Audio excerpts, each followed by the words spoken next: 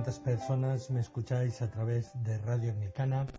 Esto es Historia de la Reforma, siguiendo al personaje Juan de Valdés con el cardenal Reginald Pole de Inglaterra.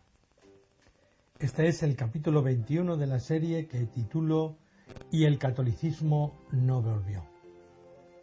Nos habíamos quedado en el capítulo anterior en la inmensa labor y esfuerzo bélico que hizo España en su lucha contra Francia y contra el papado, y cómo la batalla de San Quintín del 10 de agosto de 1557 cambió parte de lo que fue la historia de Europa, porque ya Francia, hasta casi los tiempos de Napoleón, no volvió a enfrentarse, pues 300 años después, un poco menos de 300 años después, a lo que fue nuestro país. Nuestro país, estoy hablando, si me oís desde fuera, lo que es la península ibérica.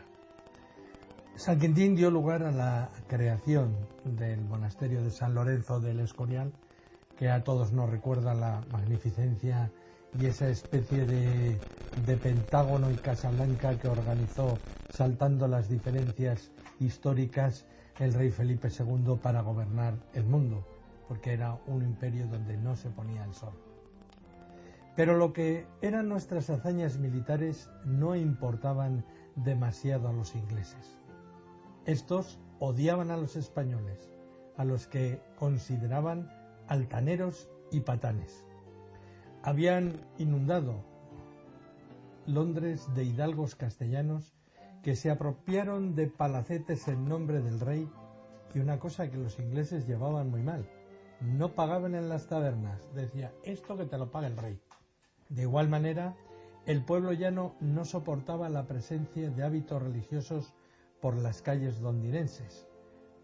Pero Felipe había traído consigo todo el muestrario de órdenes monásticas y mendicantes, así como capellanes, predicadores, confesores y un largo etcétera de clérigos que excitaban en gran medida a los londinenses, sobre todo, puesto que habían hecho una reforma para quitarse encima todo lo que era podríamos decirlo, la manipulación de las mentes de la época en el país inglés. Normal eran los apedreamientos de religiosos con hábito cada vez que eran sorprendidos fuera de los templos. También Reginald Pole se había asesorado de un dominico español que había conocido en Trento y que eran muy amigos. Era además la correa de transmisión de Felipe II. Se trataba de Fray Bartolomé de Carranza, de la Orden de los Predicadores, dominico, que vivió entre 1503 y 1576. Como buen navarro tenía de osadía y de arrojo antirreformista todo lo que Pole era de extrema prudencia. Toda esta situación se mezcla con ideas de hacer justicia contra la cúpula de la anterior Iglesia de Inglaterra. Se apresa a Cranmer y se le condena a muerte retirándole la sede de Canterbury. Pablo IV decide en esa situación cambiar de legado pontificio, llamando a Reginald a Roma para tratar el proceso de Carmen. El plan de Carafa era sin duda que Reginald Pole volviera a Roma, como ya vimos en el capítulo anterior, para apresarlo, a él y a otros reformadores. El legado que nombró Pablo IV para Londres fue Fray Guillermo de Peto, un hombre irrelevante en comparación con lo que era la personalidad de Reginald Pole. La reina maniobra nombrándolo a Reginald Pole arzobispo de Canterbury y al pasar de cardenal diácono no presbítero a cardenal presbítero por la ordenación episcopal, puesto que el que era cardenal de arzobispo de Canterbury si era católico, a la par era cardenal también, era uno de los cardenales que mandaba Inglaterra. Entonces ya escaparía de lo que era el control y de tener que obedecer en respecto a traer a Reginald Pole. Por otra parte, el Papa también se rinde en Italia y ante las tropas del rey Felipe, así que tuvo que apaciguar su furor contra Pole. Digo apaciguar, nunca olvidar. Y siempre lo definía como ese maldito cardenal inglés, un gran apóstata. Pero aceptó el nombramiento de la reina porque tenía con una pica delante al rey Felipe que le había perdonado no invadir Roma y no saquear el Vaticano, que le sobraron ganas también a Felipe V. El 17 de noviembre de 1558 falleció la reina María Tudor dentro de una gran epidemia de gripe. A las horas, ese mismo día, Pole fallecía de malaria que había contraído en el palacio de Lambeth. Parece que Lambeth no es tan sano, o no era tan sano entonces. Y en el lecho de muerte le hicieron jurar fidelidad al Papa y a la Iglesia romana, así como adjurar de cualquier doctrina disidente y sobre todo de lo aprendido y compartido en los círculos de Valdés. Los restos del cardenal se conservan en la Catedral de Canterbury y en la corona de la catedral junto a la sede episcopal denominada de San Agustín. Son 4 los elementos que le recuerdan: la tumba de cardenal, muy simple, en yeso, con letras doradas incorporadas que indican en latín Depositum Cardinalis Poli, los restos del cardenal Pole. Luego hay un escudo heráldico del arzobispo Pole, donada por la catedral Vaughan, el obispo católico de Westminster, en el año 1897.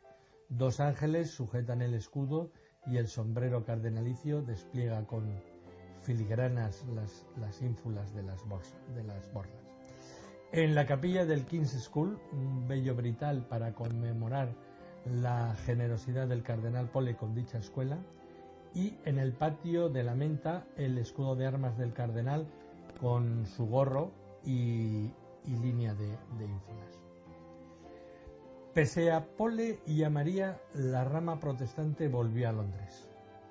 Isabel I sería la nueva reina y el anglicanismo se consolidó definitivamente. Al unir Reginald Pole su destino a María, hizo que el esfuerzo de volver al catolicismo produjese el efecto contrario. Con la quema de los reformadores, las multitudes compartieron aún más la causa protestante de las víctimas, en parte debida a la repulsión contra la crueldad de los jueces y lo dramático de las ejecuciones. Todo lo que el catolicismo quiso imponer a la fuerza consiguió el efecto totalmente contrario entre los ingleses. Ellos fueron, al final, los que más hicieron por la reforma. Pole y María pensaron que tenían toda la vida por delante para reconciliarse con Roma y traer a Inglaterra el catolicismo, pero solo tuvieron 5 años y no lo consiguieron. Un personaje, el Papa Pablo IV, lleno de odio, recibió la noticia en Roma. Había perdido un gran reino, pero su tristeza era otra. No había ejecutado a un hereje. Qué lejos debía estar Dios de todas estas cosas tan mundanas.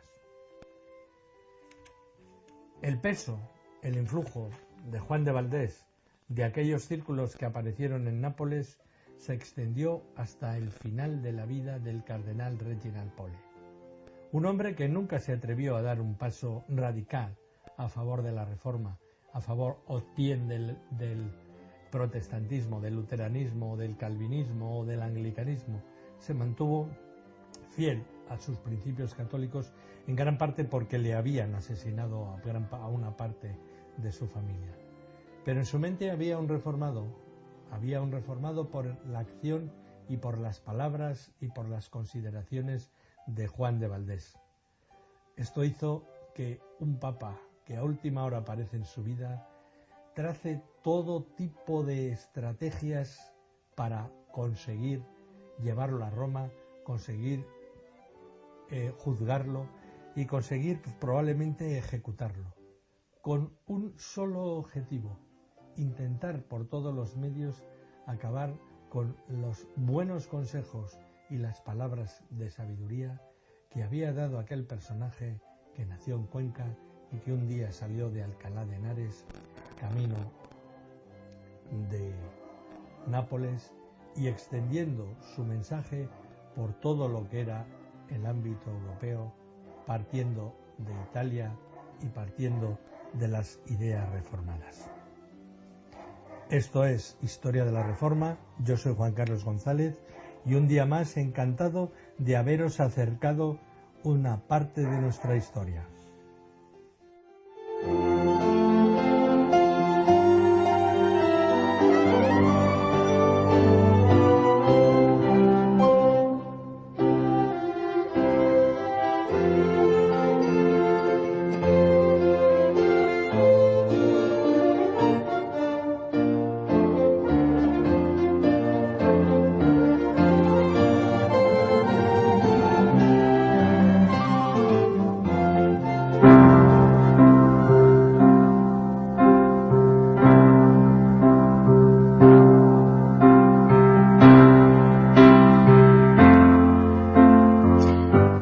Usted está en sintonía de Radio Anglicana, la voz de la Iglesia en España, transmitiendo vía internet en www.radioanglicana.es. Radio Anglicana, la voz de la Iglesia.